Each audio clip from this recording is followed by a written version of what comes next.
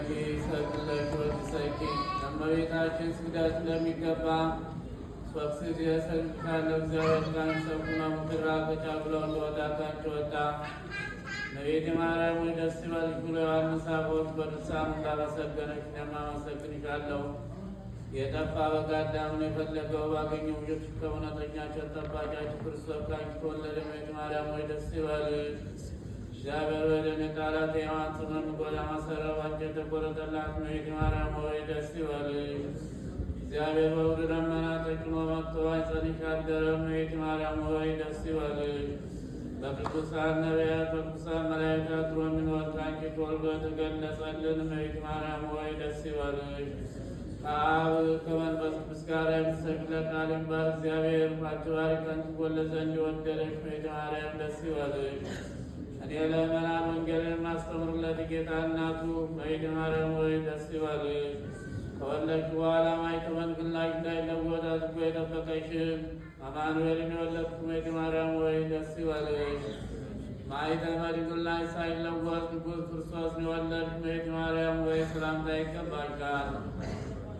ማኅተመ ድንግልናሽ ሳይለወጥ ንጉሥ ክርስቶስን የወለድሽ እመቤቴ ማርያም ሆይ ሰላምታ ይገባሻል። ልጁ መድኃኒታችን በወለድሽ እናትን አገልጋይሽ ተወልዷልና እግዚአብሔር ባርክሽን ባሪያ አድርጎ ባለሟልነትን አጌጥሻልና እመቤቴ ማርያም ሆይ ሰላምታ ይገባሻል። እኛ ከምንወደው እሱ ከሚወድሽ ልጅሽ ኃጢአታችንን ያስተሰርይ ዘንድ ለምኝልን። ልመናዋ ክብሯ በእኛ ለዘላለም በእውነት ይደርብንና አምላክ የወለደ በድንጋሌ ሥጋ በድንጋሌ ንጽሕና ክብርት እመቤታችን ያደረገችው ተአምሪ ነው። የእመቤታችንን ልደቷንና ከዘመዶቿና ከሰው ሁሉ ይልቅ ፈጽማ እንድትከብር ታውቁ ዘንድ እንነግራቸዋለን። የእስራኤል ወገኖች ግን በልቦናቸው ሰይጣን አድሮባቸዋልና ወገናቸውን ሰብስበው የምትረቡት እንደሌለ አታውቁምን? ኢያቄምና ሐና በእኛ በጠላትነት ተነስተውብናልና ብለው ተማከሩ። እኛ ባሮቻቸው ሁነን እነሱ በእኛ ነግሰው ይኖራሉና ሁላችሁ ታውቁ ዘንድ ሐና በፀነሰች ጊዜ ያደረገችውን አይታችኋል።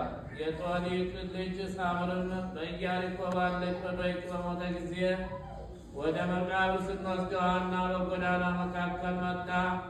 የአባቷ ወንድም ስለሆነ ያንን ፈጽማ ትወደው ነበርና እያለቀሰች አልጋውን ሸንኮር ያዘች። ያን ጊዜ ተነስቶ የእውነተኛ ፀሐይ እናቱ እናቴ ሆይ አንድነት ፍቅር ይገባሻል ብሎ ተናገራት። ሁለተኛም ካንቺ የምትወለደውን ማርያምን መልአክ የእሷን ነገር ሲናገር ሰማይና ምድር የፈጠረ እናቱ ናት ሲል ሰምቻለሁና አላት። እንስሳትንና ሰውን የሚታየውን የማይታየውን የፈጠረ አሁንም የእስራኤል ወገኖች ሆይ ለምን ታንቀላፋላችሁ? የፈራሽ በስባሽ ወገን የሚሆኑ የኢያቄምና የሐናን ነገር ለምን ቸል ትላላችሁ? ዛሬ ቤተ መቅደስ ሳለች ከእሳቸው ስለተወለደች የእሷን ነገር ሰምታችኋልና። ሰምተው እርስ በርሳቸው ሌሊት ወደ ቤተ መቅደስ ሂደን እንግደላት፣ በአገር የቀውናት እንደሆነ ሕዝቡን ታሳምጻቸዋለች ተባባሉ። በነጋውም በመንፈቀ ሌሊት ተነስተው ወደ ምኵራብ ገቡና ከዚያም መላእክት ሲወጡ ሲወርዱ በአማረና ተነግሮ በማይፈጸም ምስጋና ሲያመሰግን አገኙ። ልዩ እግዚአብሔር፣ ልዩ ኃያል፣ ልዩ ሕይወት የማይሞት ድንግል ክብርት ከምትሆን ከእመቤታችን የተወለደ አቤቱ ይቅር በለን። ልዩ እግዚአብሔር፣ ልዩ ኃያል፣ ልዩ ሕይወት የማይሞት በወዳጆቹ አድሮ የሚኖር በትሑታን የሚመሰገን እያሉ ሲያመሰግኑ አገኙ። ደጃፎቿም ሁሉ እንደሚነድ እሳት ሆነው አገኙ። አይተውም አፍረውም ወደ ኋላ ተመለሱ። ልመናዋ ክብሯን በእኛ ለዘላለም በእውነት ይደርብን። ሰማነውን በልቦናችን ያሳድርብን። ከእናታችን ከቅድስት ድንግል ማርያም በረከቷን ረድኤቷን ፍቅሯን ሁላችን ላይ ያሳድርብን። አቡነ ዘበሰማያት እንበል።